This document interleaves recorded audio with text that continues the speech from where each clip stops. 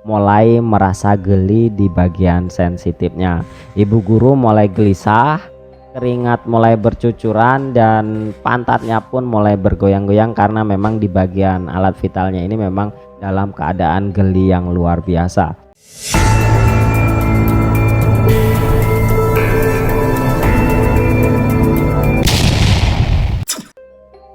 Cerita ini berasal dari paman saya yang menceritakan pengalamannya waktu remaja dulu yang bisa dikatakan cukup jahil, yang berhubungan dengan hal-hal mistis. Dan memang pada zaman dahulu ilmu-ilmu kanuragan, ilmu-ilmu pengasihan itu memang sangat masih kental sekali di masyarakat. Jadi paman saya ini pernah mengamalkan salah satu ilmu pengasihan yang cukup jahil, yaitu asihan pelet pelintir lenca. Mungkin ada teman-teman yang tahu dari lenca. Lenca ini salah satu buah terong kecil yang kalau di Sumatera itu menyebutnya lumai ya, kalau di orang Sunda namanya lenca. Kalau orang Jawa itu hampir mirip seperti cepoka, tapi itu bukan cepoka, ini lumai, lebih lembut. Nah, lumai ini dijadikan media untuk pengasihan, untuk mengerjai lawan jenis, sehingga lawan jenisnya ini bisa klimaks atau bisa merasakan birahi. Nah, paman saya ini pernah mengamalkannya, dan ini akan saya ceritakan bagaimana pertama kali beliau ini mengamalkannya, syarat-syaratnya apa, dan tentunya mantranya tidak bisa saya sebutkan di sini. Dan tentunya saya peringatkan kepada teman-teman bahwa yang saya ilustrasikan ini bukan sesuatu yang sebenarnya, bukan hal yang memang utuh untuk diceritakan semuanya, hanya sebagian saja, dan sebagian juga itu mungkin hanya sekedar ilustrasi saja. Jadi jangan dilakukan di rumah atau dicoba kemudian kalian mencobanya untuk lawan jenis, tentu itu tidak akan berhasil, karena yang saya ceritakan ini hanya sekedar cerita belaka. Dan tentunya paman saya ini bernama Kusro.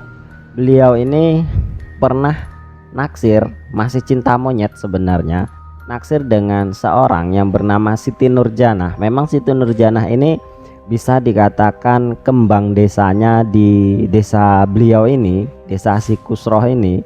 Dan banyak sekali pemuda-pemuda yang memang sudah mulai naksir dengan si dia, meskipun si Siti Nurjanah ini masih ya remaja kecil lah, usia SMP kelas 3, 15 tahun kira-kira seperti itu.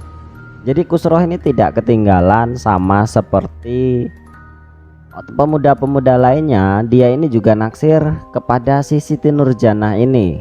Nah, dengan PD-nya, dengan keberaniannya, akhirnya Kusroh ini memberanikan diri untuk mengungkapkan perasaannya. Kalau zaman sekarang ya menembak lah. Kalau zaman sekarang kan mungkin bisa lewat WA, kalau tidak berani ngomong langsung bisa lewat chat atau bisa lewat video call atau telepon. Namun zaman dahulu tidak bisa menggunakan alat-alat seperti itu. Mereka harus mengungkapkan secara langsung, harus menemui dan memberanikan diri. Memang mental orang zaman dahulu itu memang lebih kuat ya daripada mental zaman sekarang yang beraninya hanya chat lewat WA, chat lewat Messenger atau lain sebagainya. Sedangkan orang zaman dahulu harus memang benar-benar memberanikan dirinya untuk mengungkapkan perasaannya. Dan menggunakan surat pun zaman dulu tidak digunakan, masih tetap langsung secara gentleman. Jadi si Kusro ini menemui Siti Nurjanah. Memang pada saat itu ada tontonan wayang golek ya, ada wayang golek di tengah kampung, dan dia memang malam itu ditargetkan untuk menemui si Siti Nurjanah ini. Dan di tengah pertunjukan wayang golek ini, si Kusro menemukan Siti Nurjanah yang sedang bergelombol dengan kelompoknya. Dan tentunya tidak salah lagi bahwa si Siti Nurjanah ini dikerumuni oleh beberapa pemuda yang memang sedang senang sekali, asik sekali mengobrol dan merayu si Siti Nurjanah.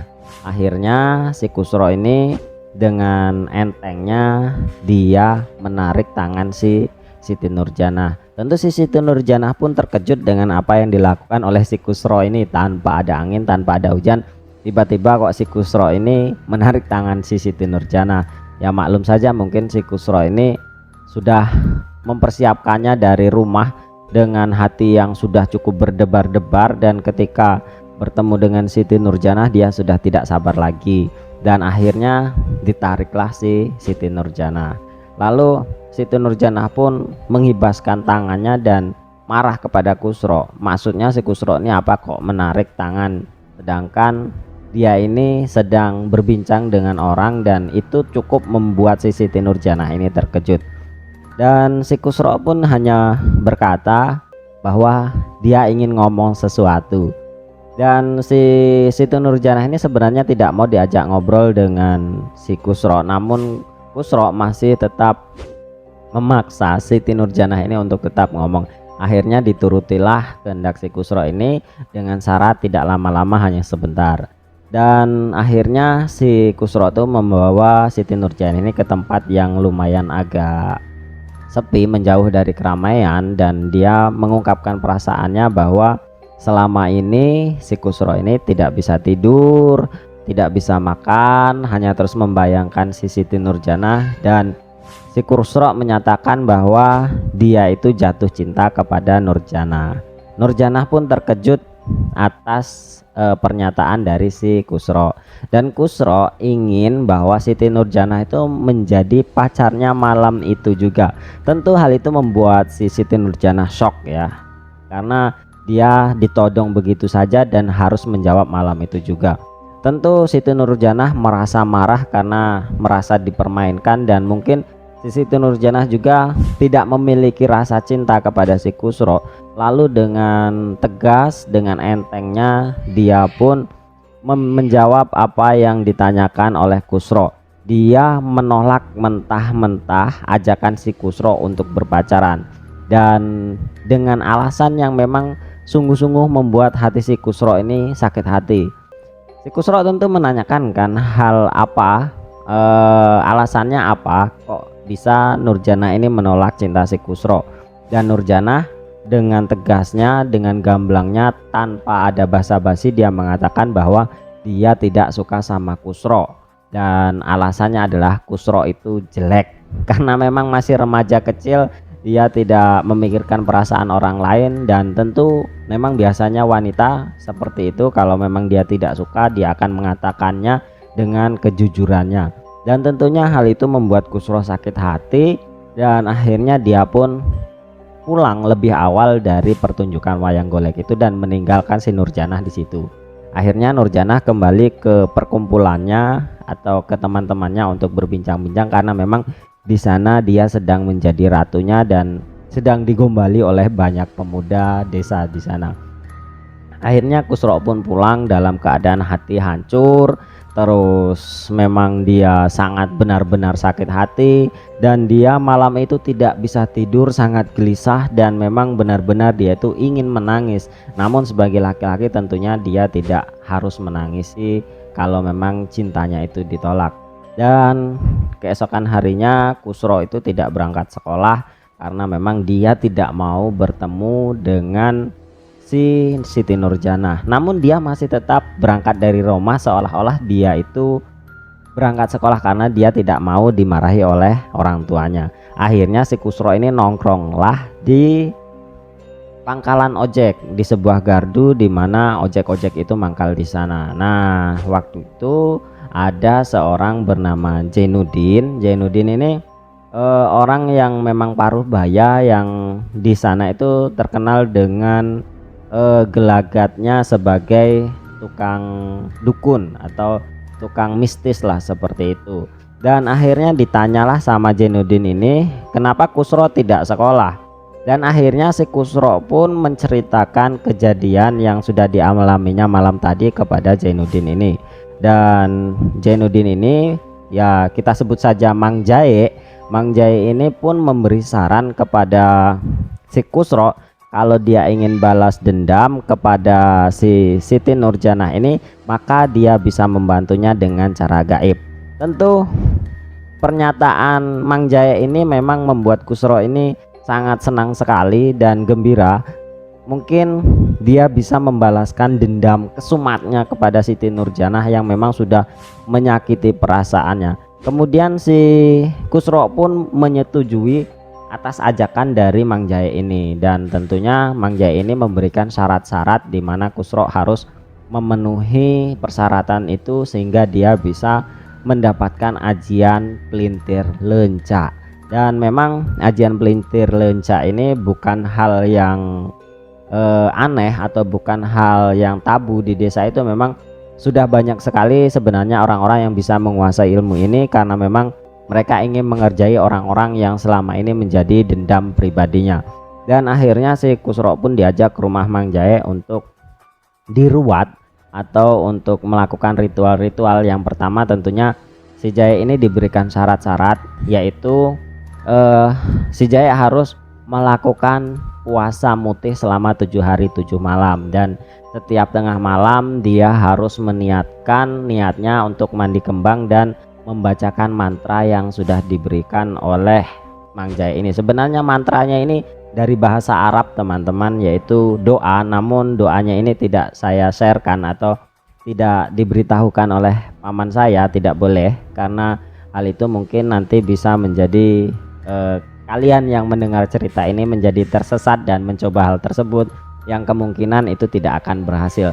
Jadi mantranya itu sebenarnya doa dari bahasa Arab yang setiap tengah malam dia itu harus mandi kembang dan memohon kepada Yang Maha Kuasa bukan memohon kepada setan ya, tapi mohon kepada Yang Maha Kuasa bahwa dia ingin membalaskan dendamnya. Tentu itu adalah ajaran yang sesat teman-teman. Tidak mungkin Tuhan itu akan mengabulkan dendam umatnya kepada orang lain, dan itu hanya sebagai pelantaran saja untuk menyesatkan. Dan tentunya ini saya disclaimer teman-teman, ini adalah sesuatu hal yang sesat.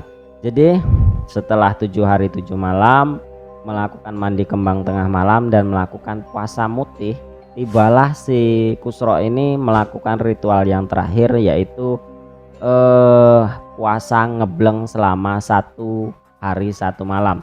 Dan ngeblengnya ini atau bisa dikatakan mati geni itu adalah di sebuah lubang tanah. Jadi bukan di sebuah kamar, tapi di sebuah lubang tanah yang dibuatkan memang khusus untuk Kusro bersemedi di sana. Namun Kusro ini tidak boleh tidur, tidak boleh makan selama 1 hari 1 malam penuh. Dan lubang itu akhirnya ditutup oleh Mang Jahe supaya memang di dalam itu tidak ada cahaya sama sekali. Akhirnya Kusro pun mulai semedinya itu mulai tengah malam itu mulai bersemedi dan ditutup oleh Mang Jahe lubangnya. Memang di sana sangat gelap sekali dan Kusro tidak diperkenankan untuk tidur, dia harus terus berjaga. Nah, setelah tidak berapa lama Kusro melakukan semedinya atau melakukan pati geni atau ngebleng di sana, Kusro merasakan hadir beberapa hewan seperti ular, kalajengking, cacing yang serasa menghinggapi seluruh badannya, menggerayangi seluruh badannya. Tentu Kusro harus tetap bisa menahan karena kata Mang Jahe, apapun godaannya yang ada di sana dia harus tetap menyelesaikan semedinya, jangan sampai gagal. Kalau dia gagal, maka apa yang dia usahakan selama ini yang sudah beberapa hari 7 hari 7 malam yang dia lakukan ini, dia akan sia-sia atau dia akan gagal. Nah, datanglah ular, datanglah kalajengking dan hewan-hewan melata lainnya yang terasa memang menggerogoti atau menggerayangi seluruh tubuh si Kusro ini seperti lintah dan hal lain sebagainya.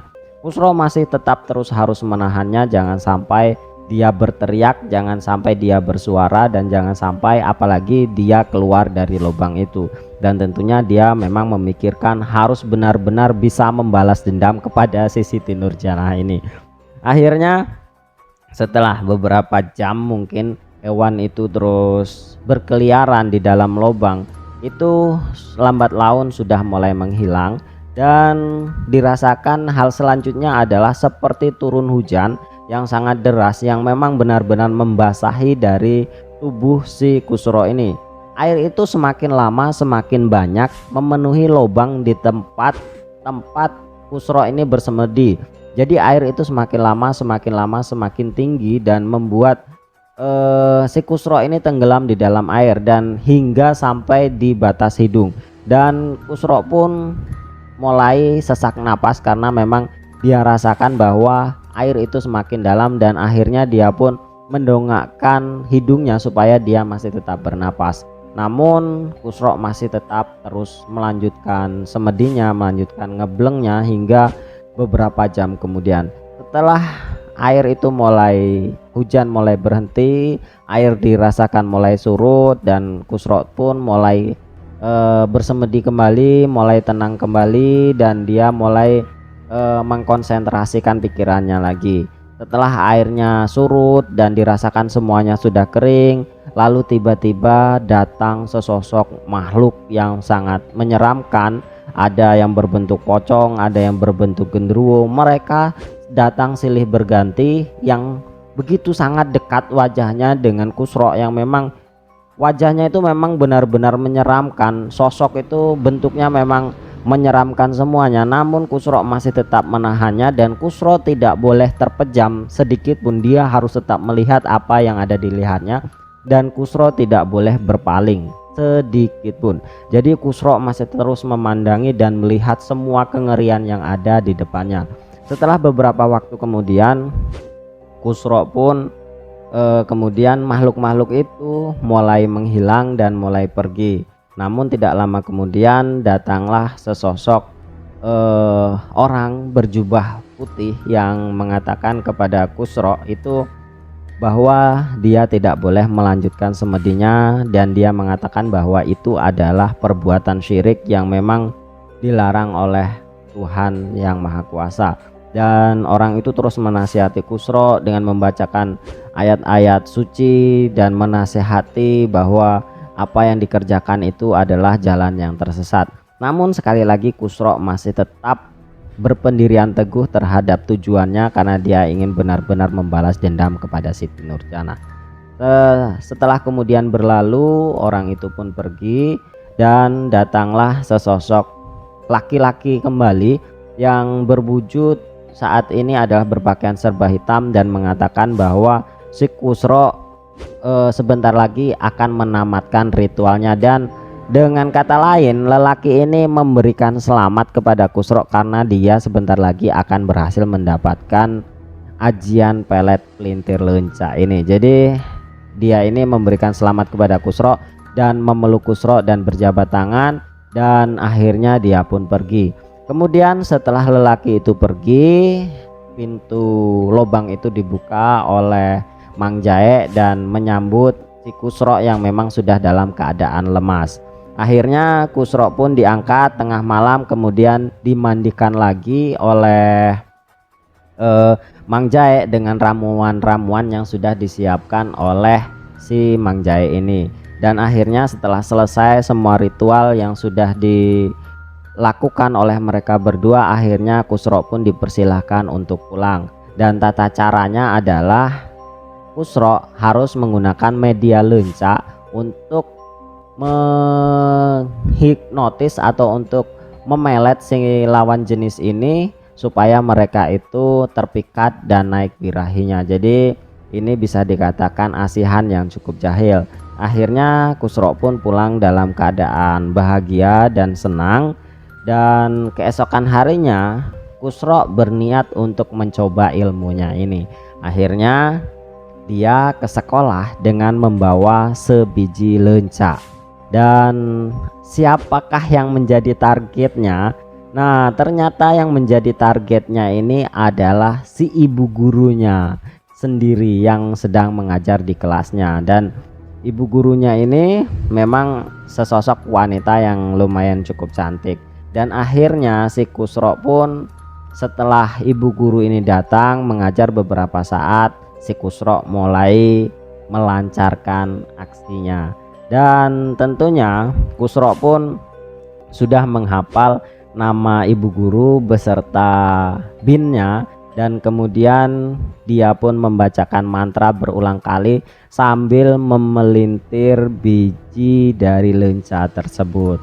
Dan yang berada di sana yaitu ibu guru mulai merasa geli di bagian sensitifnya.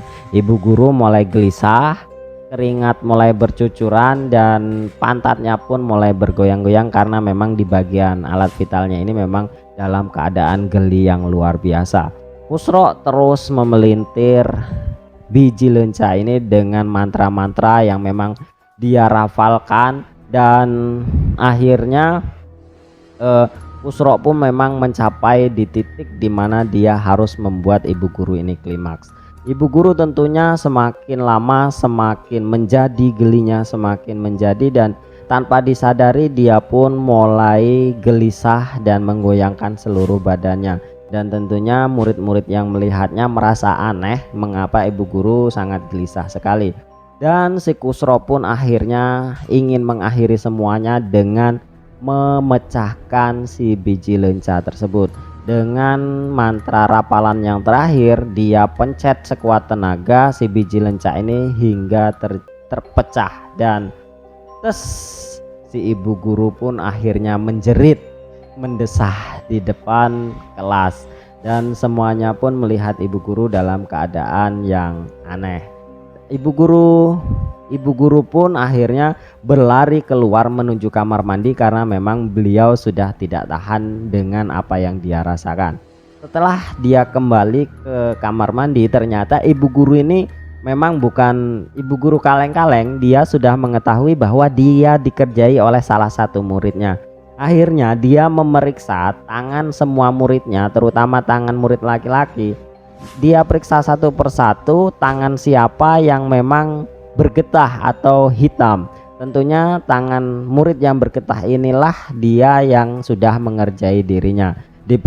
Diperiksanya satu persatu hingga tibalah di tangan Kusro, dan ditemukanlah tangan Kusro ini memang terdapat getah dari lenca ini, dan akhirnya si Kusro pun dijewer dan diikat di tiang bendera. Tentunya semua guru menanyakan mengapa kok si Kusro diikat di tiang bendera, dan ibu guru ini menceritakan apa yang sudah terjadi. Tentu guru-guru yang lain, terutama guru-guru yang laki-laki, itu tertawa geli karena memang hal itu adalah hal lumrah dan hal lucu, dan memang di sana memang sering terjadi hal-hal seperti itu. Dan tentu si Kusro kalau seandainya dia melakukan sekali lagi terhadap gurunya, dia akan dikeluarkan dari sekolah itu, sanksi yang diberikan oleh sekolah kepadanya.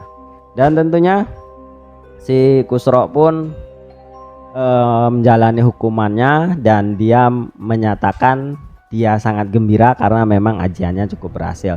Dan akhirnya besoknya dia lakukan itu kepada target sebenarnya, yaitu si Siti Nurjanah. Siti Nurjanah ini memang berbeda lokal dengan dirinya, dan dia bisa melakukannya dalam keadaan atau dengan jarak harus kurang dari 50 meter. Kalau lebih dari 50 meter ajian ini tidak bisa diaplikasikan seperti itu kira-kira kalau zaman sekarang. Akhirnya dari seberang kelas si Kusro pun mulai beraksi. Seperti biasanya dia merapalkan nama si target terlebih dahulu, lalu perlahan dia merapalkan doa-doanya sambil memelintir si biji lenca ini. Semakin lama semakin terasa si Siti Nurjanah ini semakin mengelinjang dan semakin mendesah keras, hingga akhirnya si Kusro ini pun memecahkan dari biji lenca yang dipegangnya tersebut, dan si Siti Nurjanah ini pun mendesah keras. Dan tentunya hal ini teman-teman sekitarnya mengetahui apa yang terjadi dengan Siti Nurjanah, namun Siti Nurjanah ini tidak mau menceritakan apa yang sedang dialaminya. Dia pura-pura tidak tahu, namun dia sedikit menikmati. Dan kemudian keesokan harinya hal tersebut terus dilakukan lagi oleh si Kusro ini, dan hingga hari-hari berikutnya setiap hari Kusro melakukan hal yang sama kepada Siti Nurjanah. Akhirnya Siti Nurjanah ini menyerah kepada si Kusro. Orang yang terkena dari asihan dari lenca pelintir ini sudah mengetahui dan membayangkan tiap malam dia ini merasa kepalet, dan dia terus membayangkan orang yang memang memberikan ajian ini. Tidak begitu pula begitupun dengan si Siti Nurjanah ini, dia mulai pasrah dengan si Kusro. Akhirnya dia pun menemui Kusro dan meminta maaf dengan apa yang sudah dilakukannya kepada Kusro dan menerima Kusro untuk menjadi pacarnya. Dan sampai saat itu mulai saat itu Kusro sudah berhenti melakukan ajiannya ini atau pelintir lenca ini terhadap Siti Nurjanah. Dan mereka pun akhirnya resmi berpacaran hingga akhirnya mereka dewasa, dan sampai sekarang Siti Nurjanah ini menjadi istrinya si Kusro akibat dari ajian pelintir pelet. Dan Siti Nurjanah ini sekarang menjadi benar-benar menjadi istrinya Kusro dan sekarang menjadi keluarga kami.